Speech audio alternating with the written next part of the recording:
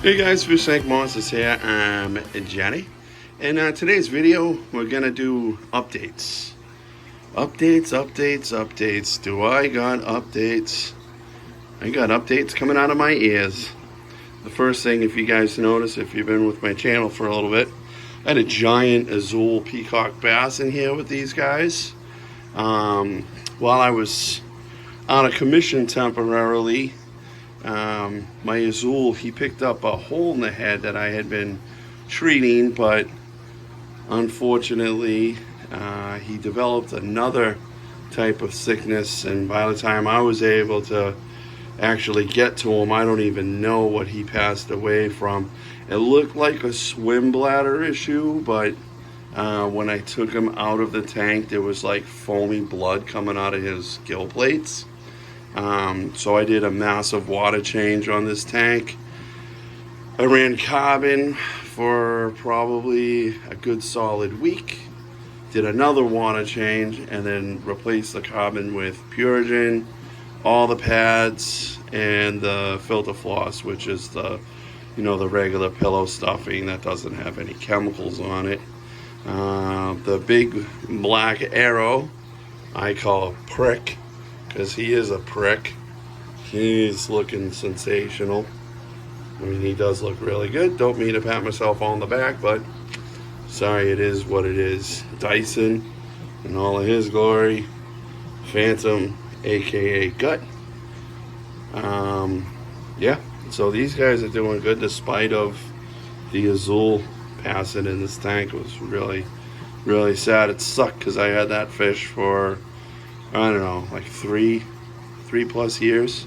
I measured him out. He was like 30, call him like 30 and a quarter inches long, and he probably weighed a good 7-8 pounds. He was a big azul. He is missed, but that's the life cycle, I guess. It's unfortunate. Being a fish keeper, that's one of the things you got to deal with is fish loss. Try not to do it, but it happens. So now we are going to move on to the 220. Alright, beautiful people. Here's the 220. And if you look in there, you can see a little bass. We call him Jack. He is a mono peacock bass. He is going to be gorgeous when he gets older. Unfortunate news about this tank, I did lose one of my lemon Oscars. Part of the lemon Oscar army had a hole in the head, and pretty much the same thing happened to him. He had a swim bladder. He was floating really, really badly in the tank. I pulled him out, and there was some kind of foamy blood underneath the gill plates. So I have no idea what it was from. I treated him, kept the water pristine, changed their diet. Oh, that's the other thing. I changed all of their diets. I feed the Oscars. Now I'm feeding them Hikari floating pellets. I feed the arrows Hikari floating pellets, as well as frozen dried krill. And once a week I will give them meaty stuff. I'll give them raw shrimp or cooked shrimp, whatever's on sale, because it's like $20 a bag of shrimp these days. But yeah, I noticed the change in the diet has really gave these guys some great coloration. You can see there is zero hole in the head on these guys. These guys all patched up so very well. I used what did I use? I used API General Cure. I did that for a week, and then I used the Fritz Metro Cleanse, and I did that for about two weeks. Every 48 hours I did a 50% water change, then remedicated. I had to pull all the Purigen out of this tank, and I did the same thing. Did a massive water change on this tank, changed out the Purigen, changed out all the padding on all 3 FX6 filters, and replaced the Purigen. And I'm feeding these guys strictly Hikari pellets, and they love it. It took them a while to get used to it because I fed them tilapia for so long. But you know what, guys? I was a firm believer in feeding tilapia, and doing some research while I was out of commission, I read that tilapia is the only benefit by feeding your fish tilapia is that they got a lot of protein, but there's no other nutritional value.